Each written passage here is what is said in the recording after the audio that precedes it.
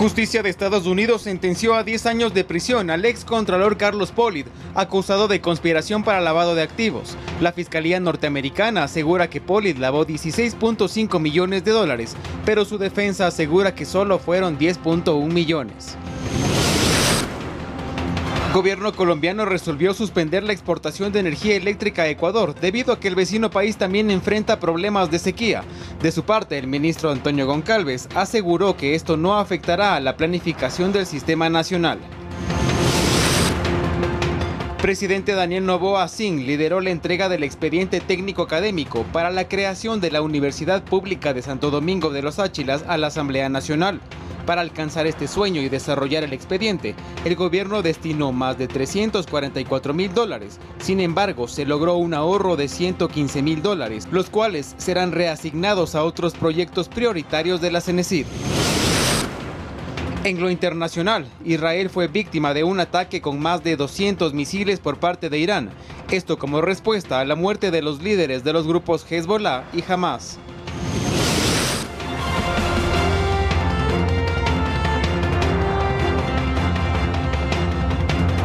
Amigos televidentes, ¿cómo están? Muy buenas noches. Gracias por acompañarnos en la emisión estelar de Noticias 7 este martes 1 de octubre, inicio de mes.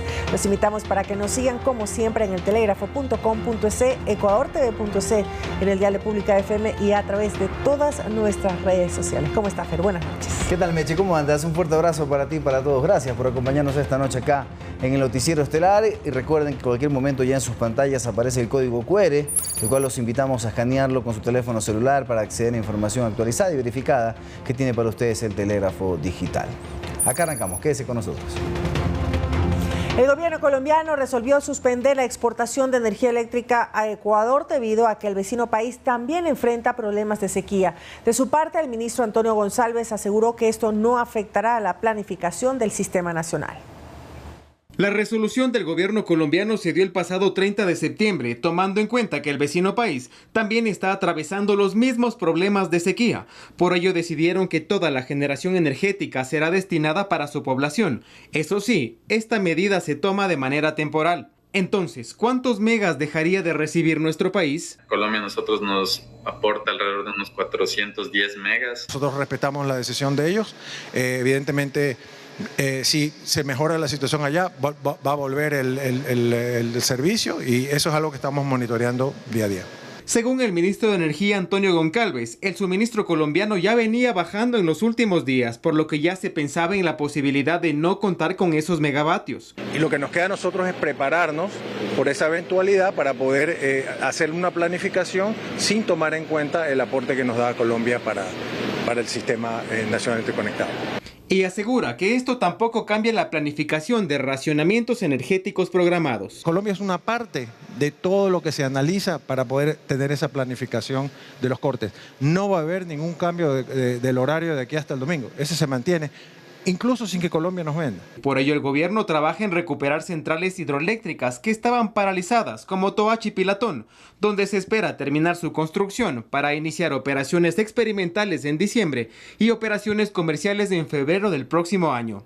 Con eso, esta planta nos entrega en totalidad, en el complejo, entre Pilatón y Toachi, nos va a entregar 250 megavatios al Sistema Nacional Interconectado.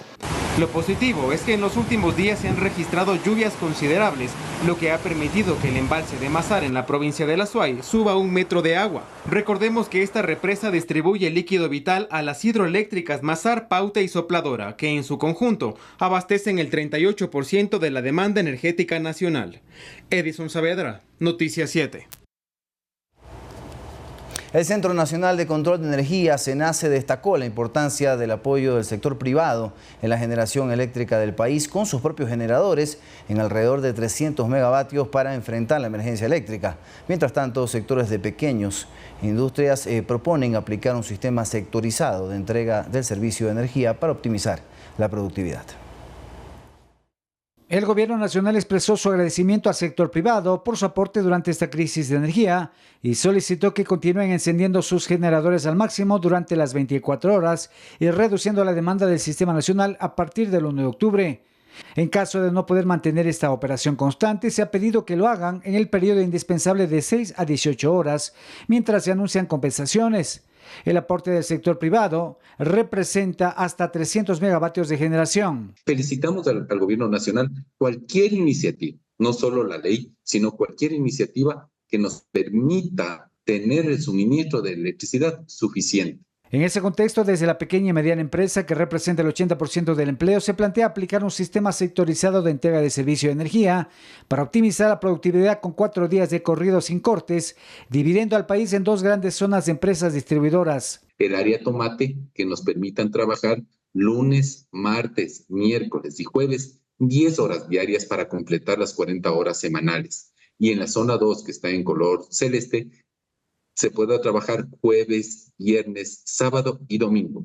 Así solo tendrías que cubrir la demanda total del país solo el día jueves. Los empresarios industriales han ratificado su apoyo a todas las iniciativas que emprende el gobierno para enfrentar la emergencia, como la nueva ley económica urgente enviada a la Asamblea para aumentar de 10 a 100 megavatios la generación privada en nuevos proyectos de energías alternativas. Rommel Garzón, Noticias 7.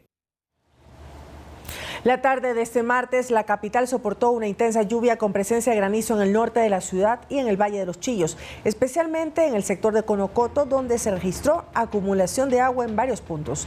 Videos en redes sociales dejan ver el granizo cubriendo calles y áreas verdes.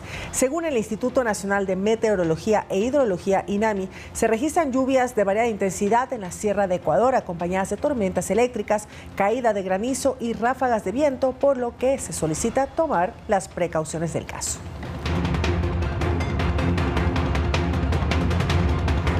Y les contamos que el excontralor Carlos Pollitt fue sentenciado a 10 años de cárcel en los Estados Unidos por el lavado de dinero proveniente de coimas en el Ecuador.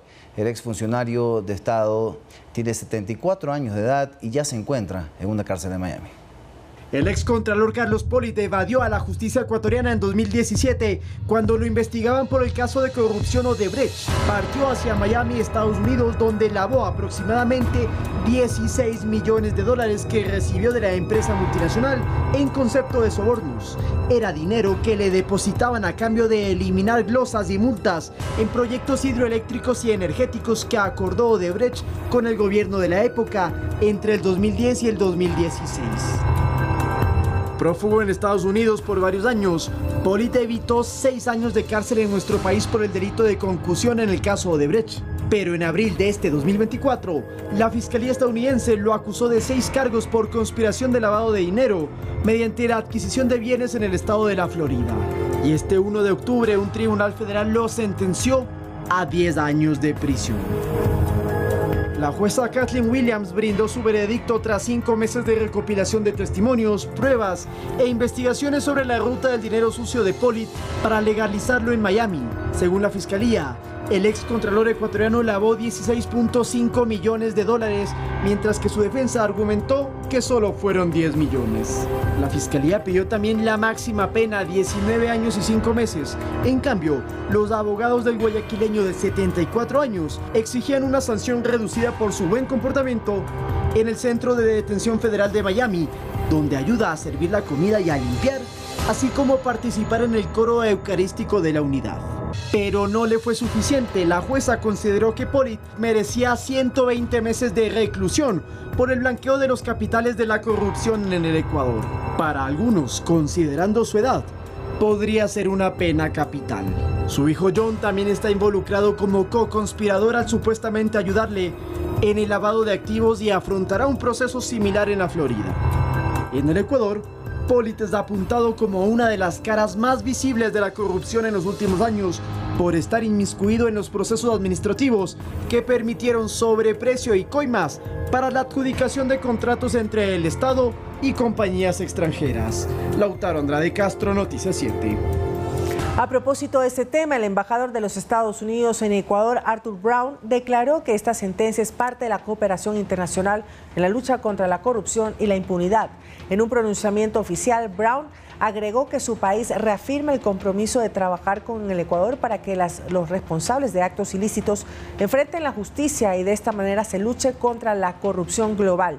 Pues como escuchamos en el reportaje anterior, Carlos Pollitt lavó en Estados Unidos dinero de registrados en el Ecuador.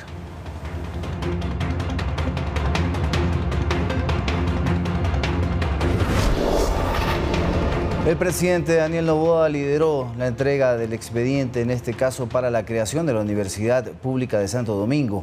Con esta obra, miles de jóvenes de la provincia no tendrán que viajar a otras ciudades para realizar sus estudios de tercer nivel. Veamos. Acompañado de decenas de jóvenes sin cumplimiento a su palabra, el jefe de Estado Daniel Noboa lideró la entrega del expediente técnico académico para la creación de la Universidad Pública en Santo Domingo de los Áchilas, que podrá contribuir al sueño de miles de estudiantes de la provincia. Contar con una universidad cerca de sus hogares ha sido el sueño de muchos jóvenes que quieren triunfar en la vida. Esto es fundamental. Sin embargo, es algo que siempre se les fue negado y postergado. Esta universidad es una obra que no solo beneficiará a la provincia de Santo Domingo, sino que será un referente para todo el país, ofreciendo carreras que respondan a las demandas actuales del mercado laboral y fomentando la investigación y la innovación. El primer mandatario recalcó que al no tener un centro de estudios superiores, los jóvenes debían migrar a otras ciudades como Quito y Guayaquil para poder hacer realidad sus sueños. Nuestro gobierno ha hecho por la educación una prioridad. No solo con la Universidad de Santo Domingo, le devolvimos también a la gente, a la población, a los jóvenes, el edificio antiguo de la UNASUR, pues que no se lo usaba prácticamente para nada. Ahora tenemos centenares de jóvenes en cada promoción estudiando y sacándole provecho a un bien del Estado. El anuncio lo hizo en un evento público in situ, mientras que paralelamente el documento se entregó a la Asamblea Nacional. Esperamos que los responsables en recibir el expediente actúen en pro de la ciudadanía, en favor de las necesidades reales de los ecuatorianos y no de sus agendas propias y mezquinas. El gobierno destinó más de $344,000 para el expediente necesario para la creación del centro de estudios. Sin embargo, se logró también un ahorro de $115,000, los cuales serán reasignados a otros proyectos prioritarios de la CENESID. De su parte, los jóvenes agradecieron la gestión del primer mandatario, pues dicen, es algo que estaban esperando hace muchos años. Edison Saavedra, Noticias 7. El Instituto Ecuatoriano de Seguridad Social, IES, recibió una transferencia de $52 millones por parte del Gobierno Nacional, según informó el Ministerio de Economía y Finanzas. Este monto es parte del pago heredado de administraciones pasadas que se tiene a las prestaciones externas de salud de los jubilados. Según la cartera de Estado, los recursos le servirán al IES para cumplir con los saberes de los prestadores y abastecer sus casas de salud con medicamentos. Los 52 millones corresponden al último trimestre del 2020 y al primero del 2021, cuentas que fueron auditadas antes del desembolso.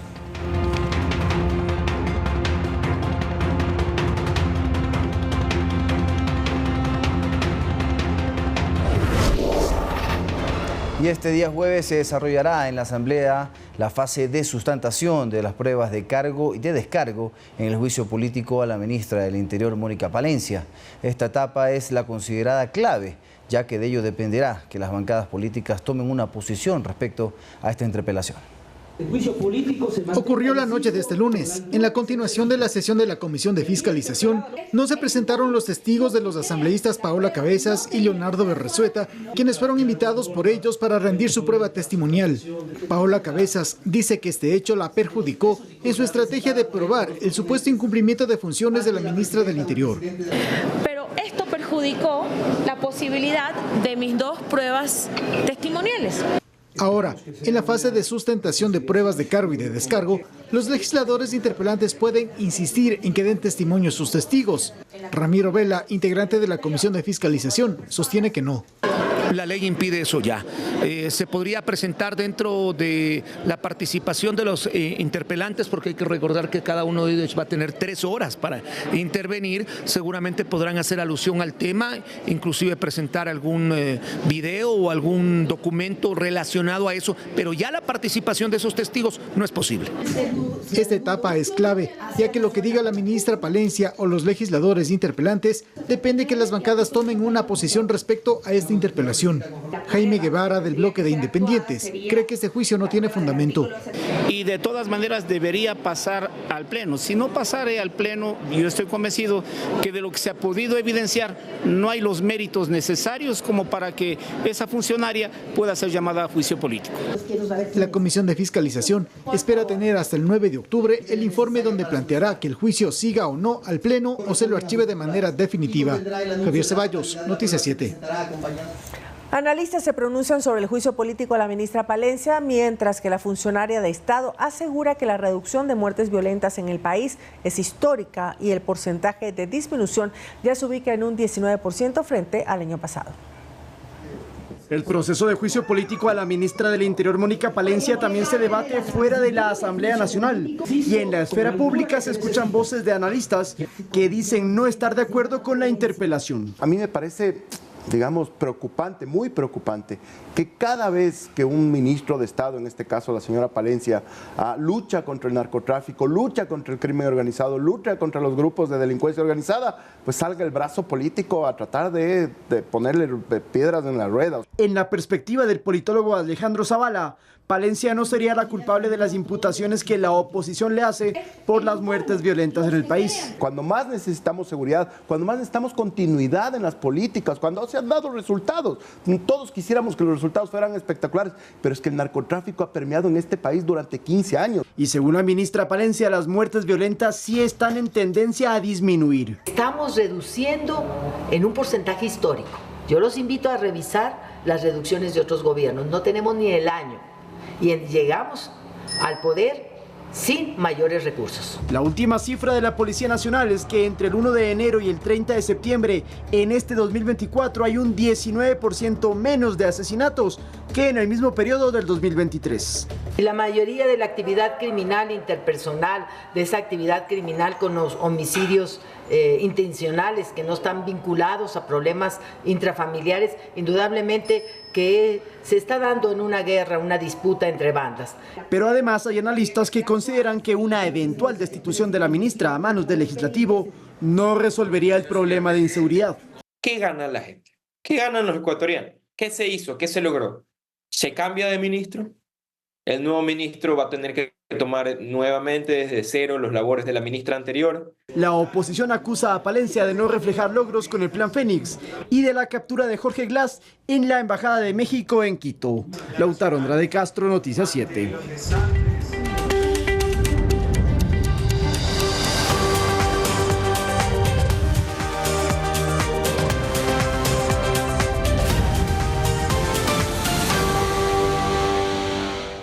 Y este martes Israel fue víctima de un ataque de más de 200 misiles por parte de Irán.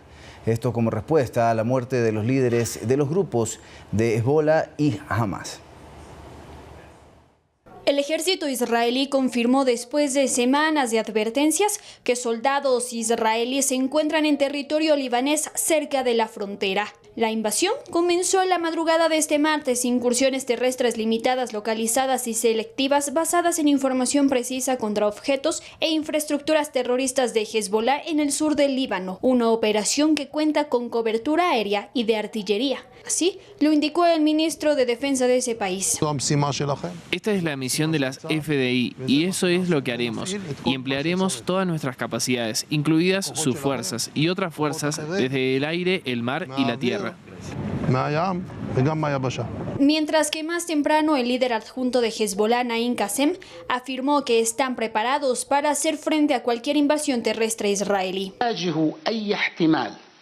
Nos enfrentaremos a cualquier ataque posible y estamos preparados. Si los israelíes deciden entrar por tierra, las fuerzas de resistencia están preparadas para un enfrentamiento terrestre. La comunidad internacional multiplica los esfuerzos por una solución diplomática al conflicto. Frente a esto, el presidente de Estados Unidos, Joe Biden, había declarado confiar en la posibilidad de que Israel no haga efectivo su anuncio. Y me parece bien que se detengan. Deberíamos tener un alto el fuego ahora. Por su lado, el vicepresidente de la Comisión Europea, Josep Borrell, había insistido sobre la necesidad de evitar una intervención militar en Líbano. Cualquier intervención militar agravará dramáticamente la situación y debe evitarse.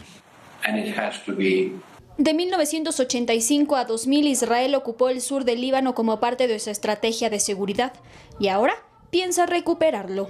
Emilia Reynoso, Noticias 7. Sobre esta situación que se está viviendo en Medio Oriente, Ecuador condena el ataque de Irán a Israel y el escalamiento de violencia en Medio Oriente en un comunicado oficial por parte de la Cancillería.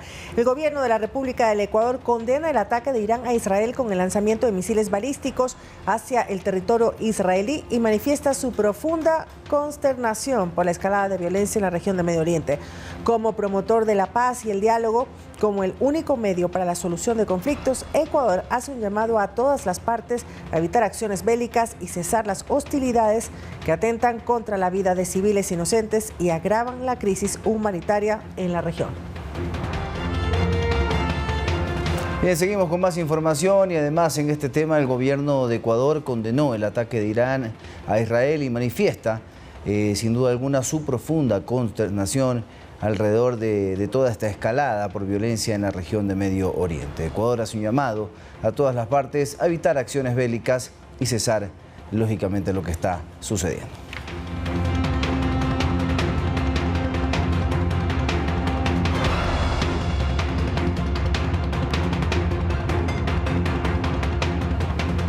Y en lo político, a menos de 24 horas para el cierre de inscripciones en el Consejo Nacional Electoral, solo 11 binomios presidenciales de 16 han presentado la documentación respectiva.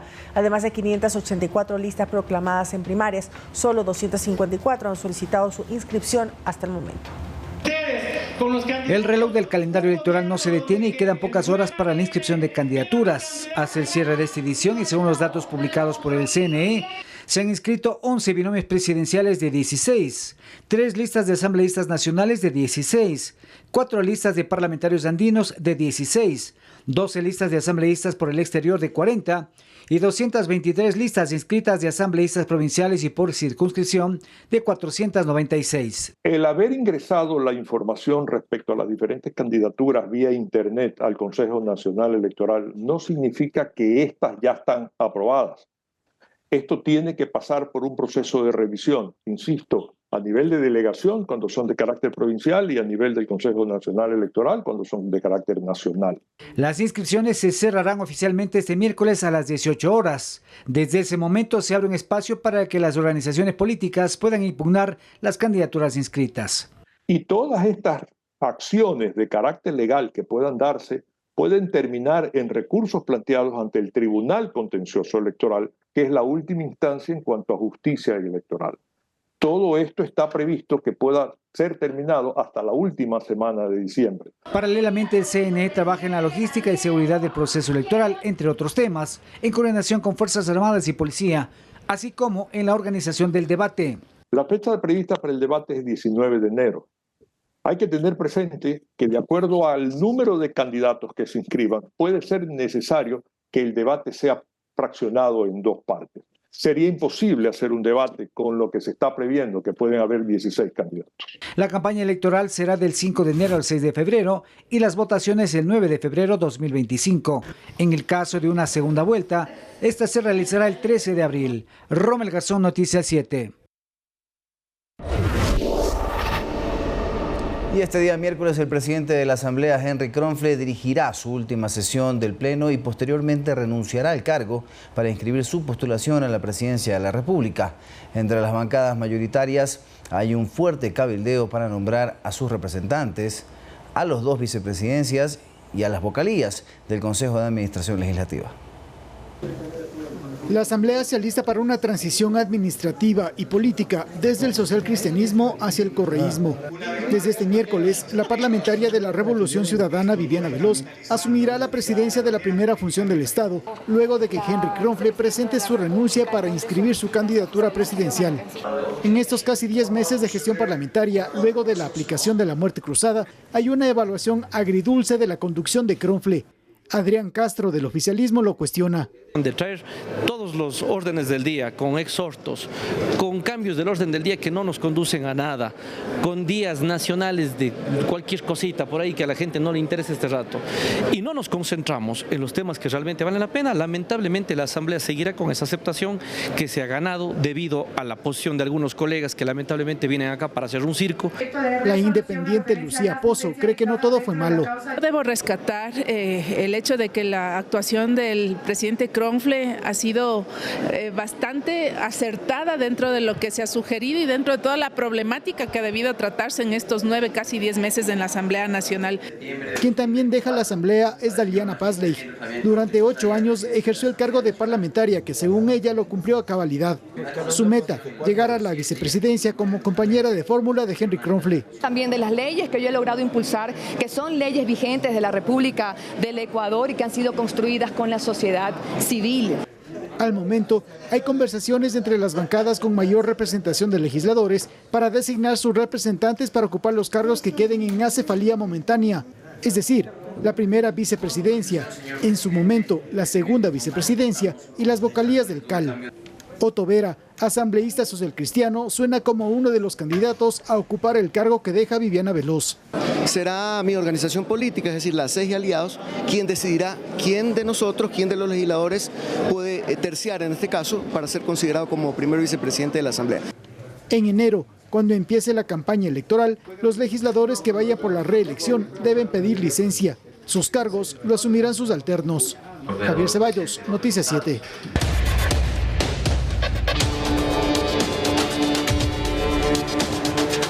Guerra contra el terrorismo. El accionar oportuno de agentes de la Policía Preventiva permitió la captura de varios sospechosos de estar implicados en una tentativa de secuestro. La víctima logró escapar de los desconocidos, quienes se movilizaban armados y en un automóvil. La víctima llegaba hasta su domicilio. Cuando estaba por ingresar fue abordada por desconocidos que se movilizaban en un auto. Afortunadamente algo les falló, el hombre logró escapar y pidió ayuda. Con las características del vehículo, policías que patrullaban de madrugada localizaron el automotor en el que se movilizaban 3 hombres y una mujer. La víctima en este caso logra huir de sus captores. Inmediatamente se comunica con el ECU 911, reportando y dando a conocer en qué se movilizaban. Haciendo uso progresivo de la fuerza, les obligaron a descender con las manos en la nuca. Los sospechosos son 2 ecuatorianos y 2 extranjeros. Además, al revisar el vehículo, encontraron un arma de fuego, así como un cuchillo. Las unidades se cierran la vía General Enríquez y transversal a la altura del fuerte militar San Jorge. En ese lugar interceptan un vehículo blanco con 4 ocupantes. La policía entregó algunas recomendaciones para evitar ser víctima fácil de los secuestradores, que en muchas ocasiones aprovechan la oportunidad para actuar. No usar rutinariamente o hacer costumbre las horas de llegada y el lugar o las rutas de llegada a su domicilio. No distraerse en el celular, estar pendiente siempre de sus alrededores. Al momento de ingresar a su domicilio, verificar sus retrovisores. En este caso, audazmente a la letra C, con cinta negra la convirtieron en 0 y así evitar ser identificados. Iván Casamen, Noticias 7. Y en Perú fue capturado alias Braulio, presunto líder del grupo delictivo organizado Mafia 18. Los allanamientos se realizaron en 2 hoteles y una vivienda que servían de alojamiento de los ecuatorianos. Cabecillas de grupos delictivos nacionales han traspasado fronteras. La policía del vecino país de Perú informó de la captura en Tumbes de 7 ecuatorianos y 2 peruanos, entre los cuales figura alias Braulio, de 38 años de edad, considerado líder del grupo delictivo Mafia 18, banda que opera en zonas del norte y sur de Guayaquil. El sujeto habría buscado esconderse en el vecino país, escapando de grupos rivales, según informó la policía peruana. La captura fue gracias a la intervención en 2 hoteles y una vivienda en el distrito de Canoas de Punta Sal, en Tumbes. El operativo estuvo a cargo de la División de Investigación Criminal de la Policía Peruana. En los allanamientos incautaron 2 pistolas, un revólver, 46 municiones, pasaportes, un dron y celulares. Iván Casamen, Noticias 7. El ex juez Emerson Curipayo fue sentenciado a 2 años de prisión por el delito de prevaricato al admitir que en el 2022 emitió de manera ilegítima una acción constitucional para la liberación del ex vicepresidente Jorge Glass. Curipayo se sometió a un procedimiento abreviado en el que aceptó su responsabilidad en el delito, pues confesó que actuó sin competencia para favorecer a Glass, quien en ese entonces estaba recluido en la cárcel de La Tacunga, donde cumplía 2 sentencias por corrupción. Esta es la tercera sentencia contra el ex juez de Santo Domingo. Anteriormente recibió 30 meses de prisión por otro habeas corpus irregular y 40 meses por delincuencia organizada en el caso Metástasis. En todos ellos se acogió al procedimiento abreviado para entregar información a cambio de una rebaja de su pena.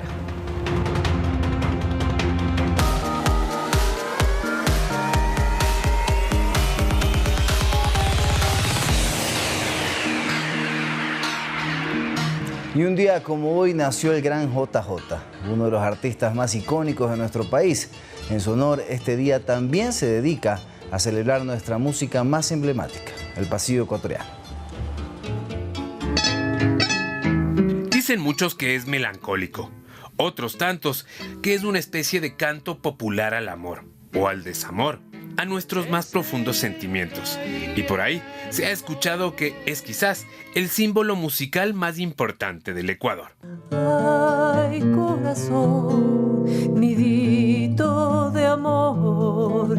Y bueno, de esto último estamos seguros. El pasillo, ese enclave de notas únicas que le identifica como nuestra música más tradicional y que hoy celebra su día más importante. Que cerca y que lejano. Pero si hablamos de pasillo, hablamos de Julio Jaramillo. Y es que este día es dedicado también a él. Entonces no podemos hablar de Julio sin hablar del pasillo y viceversa. La música en su mejor versión y por su mejor exponente. Ecuador llega al espacio de la mano de 11 niñas de la Amazonía ecuatoriana, quienes, gracias a la iniciativa Ella es astronauta, inspiran a niñas de toda Latinoamérica a seguir carreras en ciencia como tecnología, ingeniería, arte y matemáticas. Conozcamos más sobre las futuras astronautas del Ecuador. Y pude alcanzar todo eso que me proponía desde pequeña. Alcanzar eso, en soñar y lograr tan grande y de pertenecer a este hermoso programa. Ella es astronauta. Al igual que Milena, otras 10 niñas de la Amazonía ecuatoriana están cumpliendo su sueño de visitar el Space Center Houston de la NASA y los centros de tecnología de SLB en Houston. En este emocionante viaje se sumergirán en el fascinante mundo de la exploración espacial y la ciencia. Esta iniciativa, única en Latinoamérica, está diseñada para inspirar y capacitar a niñas y adolescentes de entre 11 y 16 años en carreras como ciencia, tecnología, ingeniería, arte y matemáticas. Al convertirse en embajadoras de este proyecto innovador, estas jóvenes no solo impulsarán su propio desarrollo, sino que también contribuirán a la construcción de paz en sus territorios y comunidades. Estoy segura que en 5 años estaremos viendo a esas primeras niñas graduadas, pero también incorporándose al mercado laboral en áreas que históricamente han sido masculinizadas. Y esto tiene Ella es astronauta, que no es un proceso de solo ir a la NASA, y ustedes lo saben, sino que acá es un proceso para la vida, para hacer comunidad y para que ustedes se conviertan en esos roles a seguir. Este proyecto está compuesto exclusivamente por mujeres, incluyendo a 13 jóvenes de Latinoamérica, provenientes de Colombia y Perú, fortaleciendo así la colaboración regional. Y hacer este programa exclusivo nos permite poder mostrarle a estas 11 niñas acá, pero en total a las 24 del programa de la región, acerca de la industria de la energía. Si nuestros países quieren desarrollarse, necesitamos tener energía. Y la demanda de energía solamente va en aumento. Entonces necesitamos más ingenieras. Cada paso que dan estas niñas abre nuevas puertas para un futuro lleno de posibilidades.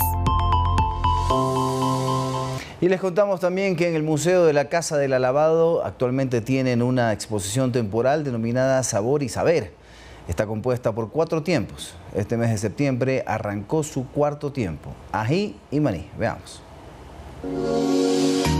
¿Alguna vez se ha preguntado cómo preparaban los alimentos nuestros ancestros? En el Museo La Casa del Alabado, ubicado en el Centro Histórico de Quito, la exposición temporal Sabor y Saber recoge la historia de cómo llegaron algunos alimentos a nuestro territorio, como por ejemplo el ají. En esta sala en la que nos encontramos ahora, hablamos de aspectos macro de la alimentación precolombina. Por un lado hablamos de cómo muchas especies de los Andes han alimentado al mundo. La expo se dividió en 4 tiempos, arrancando con el cacao, pasando por la yuca y la calabaza, y el tiempo de maíz. Bienvenidos al cuarto tiempo, ají y maní. Estos 2 productos que se tiene registro de haber sido consumida por lo menos 3000 años antes de Cristo por antiguas culturas como la Valdivia. Productos que están relacionados a ese procesar, a ese condimentar y que están muy cercanos a la gastronomía. El museo tiene otros espacios con arte precolombino, como Valdivias, con las modificaciones a lo largo de su existencia, además de espacios mágicos que te harán querer admirarlo por horas. El museo abre sus puertas al público de 9 de la mañana a 5 de la tarde, de miércoles a domingo. El valor son $6 del público general, 2 de estudiantes, incluso de carreras de tercer y cuarto nivel, y 0 si es una persona con discapacidad. Vamos a una pausa. Al regresar tenemos toda la información deportiva. Fer, ¿qué tenemos? Tenemos mucho que ver, sobre todo porque hay jugadores ecuatorianos que ya hicieron su participación en esta nueva jornada de la UEFA Champions League. 3 de ellos estuvieron en cancha. Al regresar les contamos.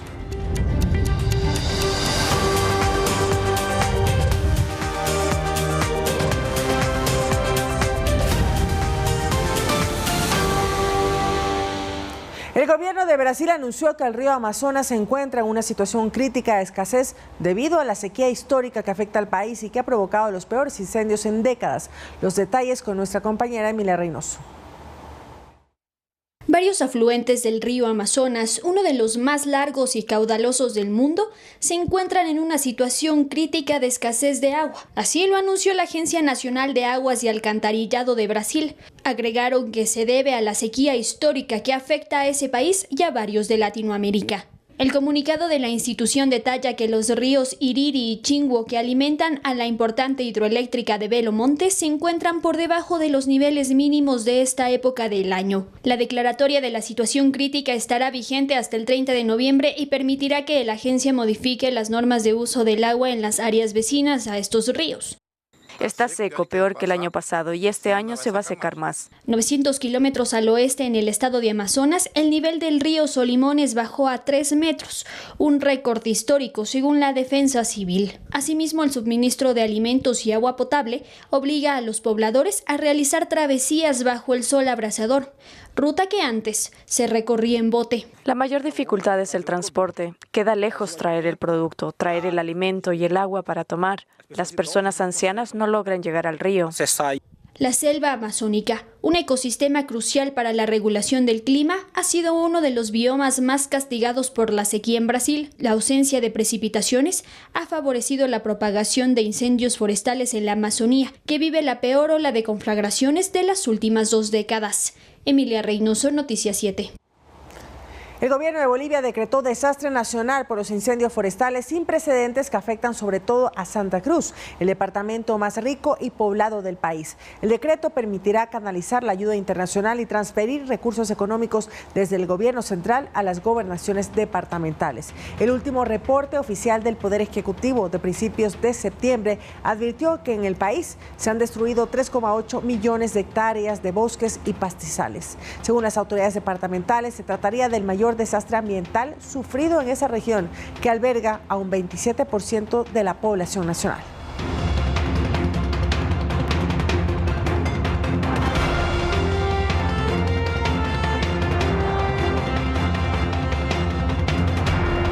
Amigos televidentes, hemos llegado a la parte final.